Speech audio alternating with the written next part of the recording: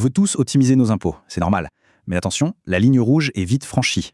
Et si une stratégie d'optimisation bien intentionnée devenait en fait un vrai risque? C'est là que ça se complique. On croit optimiser et pourtant on peut prendre de gros risques. Alors, quelles sont ces erreurs fréquentes qui allument les voyants chez le fisc? On regarde ça. La première erreur. Elle a l'air de rien, mais les conséquences peuvent être lourdes. Même un simple oubli, sans vouloir tricher, ça met tout de suite le fisc en alerte.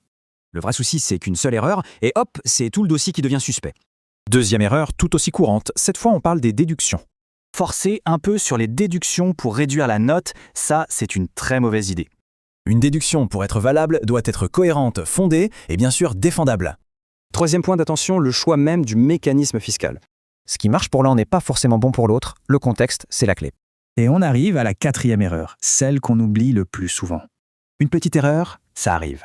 Mais la même erreur répétée, ça change tout. Et c'est exactement ce que le fisc recherche, non pas l'erreur, mais le schéma. Au fond, le fisc ne regarde pas que les chiffres.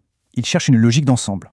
Et quand on franchit cette ligne, les conséquences peuvent vraiment faire mal, financièrement et personnellement. Parce qu'il n'y a pas que les amendes. Il y a aussi le stress, le temps perdu.